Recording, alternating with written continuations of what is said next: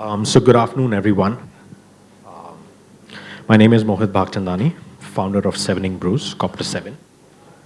Normally, I'm not someone who likes to speak much. I'm more of a listener, so I'm going to try and make the next 10 minutes be worth your while. Yeah, I speak straight from the heart, so I'm going to try and put the core of my thoughts, in the next bit. Each one of us, comes from very diverse backgrounds. We've got different experiences in life. Our objectives in life are different. The journey, right, the growth, comes from what we extract from these learnings in life, how we implement it. Like today, you're all sitting here, young, ready to conquer the world. You probably thought the same thing 5 years back. And now when you look back at yourselves, you just realize, smile, how naive we all were. Today I know it all. I know it better. Another 10 years down the line, you look back at today, and again you'll feel, that I wish I could have done this better. I wish I could have done that better. And that's, what growth is all about. As you move on in life, you will not just be responsible for yourselves.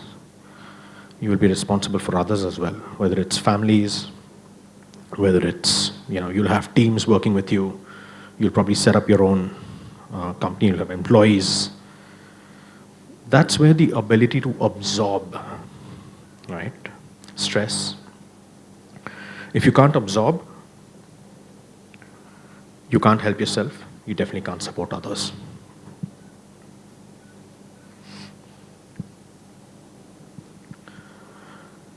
At the end, it's always about endurance. Any investor who's investing in a company, right, they look at whether your product or your service will actually endure, the competitive market. I've seen a lot of young guys, very smart, good minds, but they like to take it easy, a little bit of stress, they want to move on to the next thing. There are no shortcuts. I've never been a smart worker. I've always believed in hard work. And hard work is kind of leveled the playing field for me, right? It gives you that extra mileage to go the long run. Very quickly about my professional career. So it's been over 2 decades in sports marketing, from being in the business of sport to today running a business which is inspired by sport. In those days, outside of television and outside of cricket, there really wasn't anything. Even the brand managers didn't know much about the business. We constantly needed to create, we needed to innovate because we were in the business. We were in this business because of passion, right? And to sustain that, we needed to think very differently. Even after all the years, and I've been a part of a lot of international events, national events, stadium infrastructure planning, sports administration, and so on and so forth. The one memory which is closest to me, or the one that I cherish the most I'm proud of, was a small hockey league, that we had worked on. This was way early 2000s. The leagues were very different from what they are today. Okay, no infrastructure, no audiences. There was no money in the sport. There would just be 1 or 2 lines about, an XYZ bank team beat an XYZ bank team. That's how just it used to be in those days. We took that platform and actually sold it as an outdoor hoarding. It was very innovative. If I speak on just that topic in itself, I can talk for hours. But this whole process of thinking differently, approaching things differently, and on the platform of sport, this is basically what helped me in creating, the DNA of our brand, which is Copter 7. Sport is a very, very powerful medium, right? It unites everyone, different genders, different age groups, people from different socioeconomic backgrounds. Why is that? because there is always a story of grit and glory that comes with it, right? It inspires everybody. If you look at, any of the major international sporting events, right? You think of football, you'll immediately think of beer and beverage brands. If you look at the Olympic Games, one of the largest fast food brands has been associated with them. So it's not like you eat a burger and win an Olympic Games, right? It's more down to the fact that they subscribe to that platform of excellence. It reflects in what they do, in their products, in their services. So keeping that, the experience and keeping the thought process in mind, I've also seen that there's been a big gap when it comes to, the business of endorsements, celebrities, athletes. There was a big gap. And I wanted to create something which had a deeper connection with sport, a greater integration with the athletes. Like if you look at, different sports, if you look at Formula One, there's only one Michael Schumacher. Records will come, records will go. But he is a name, right? That's what a legend is. Similarly for tennis, there's Roger Federer. For basketball, there's Michael Jordan. So there's something about this space, which is always very intriguing. There is that myth about them. And I wanted that deeper connection where it's not just an endorsement. There is a connect in anything and everything that we do that is inspired by this concept of legends and legacy, right?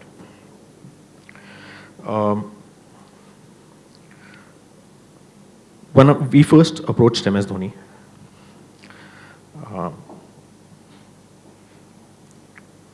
he wasn't very sure. He loved the vision, he bought into the vision, but there was a timeline as well, because I was not from the industry, right? There was some time that I had to travel, I had to stop everything that I was doing, get into the nuances of the business, understand how the overall business works.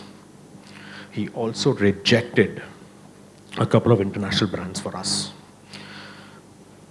That was the belief, that was the vision which made him anchor us on Copter 7. What we wanted to create was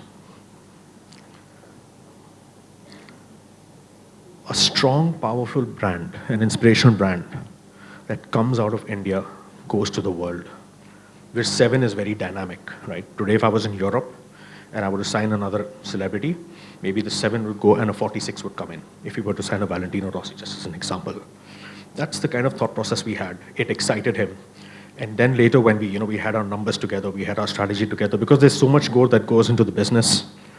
The space we are in is very, very competitive. There are very big players in the market.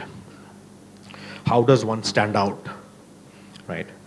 A lot of brands, if you study, they fail at the distribution level because the alcohol beverage sector doesn't come under GST. Every state operates like a different country, the different rules and regulations that we have to follow. So that's where the story of the brand became very, very important.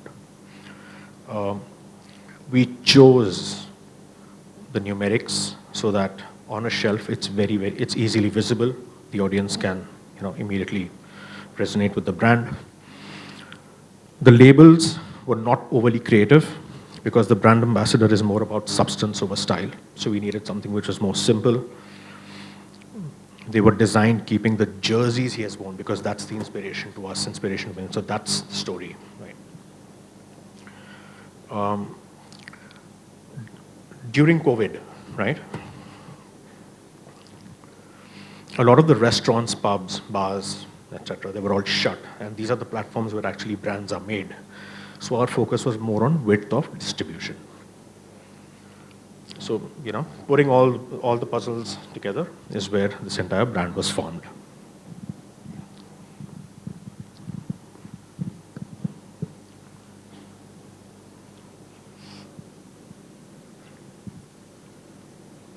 The journey hasn't been easy.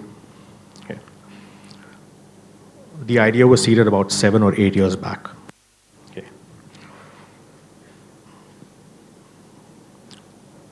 Despite everything being in place, MS Dhoni agreeing to the business then, the investors being very excited about the business, it fell apart. because the investors couldn't relate to the other partners. And no matter how much I tried, at the end of the day, I was told that you're just an employee. If you're doing the business, we're investing in them. 3.5 years back, I left everything that I was doing with a single point agenda to create this, which meant no income. We were investing very, very heavily into, traveling and understanding the business. There were many distractions at that time. Obviously, because it was a very long game, 6-8 months first to understand the business.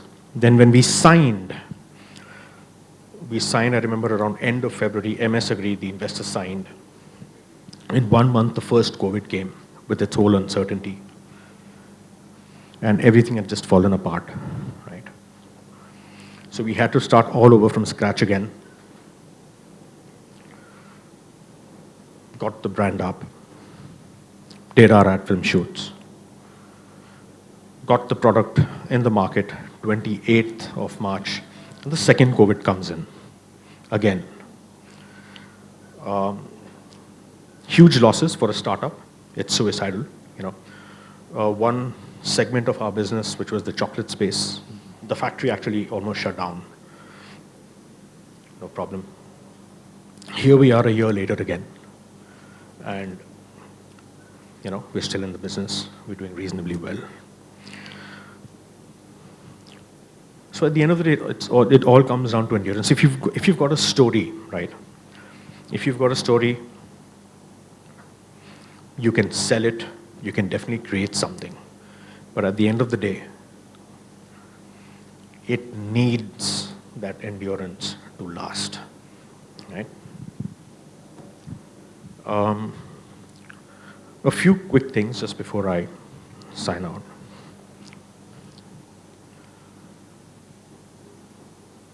First is,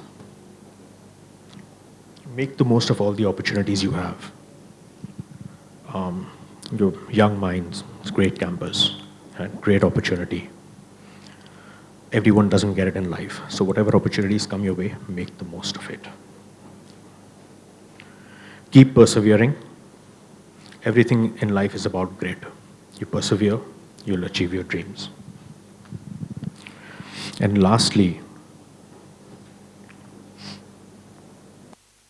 believe in yourself. I always believed, that I could create something. There were many people that looked down upon me, when we were in the process of setting something up because of the competition that was there in the market. But something down inside, I knew I could do it. I could think different. There was a lot of exposure. We had a lot of skills because of the actual hands-on working, and we stuck at it.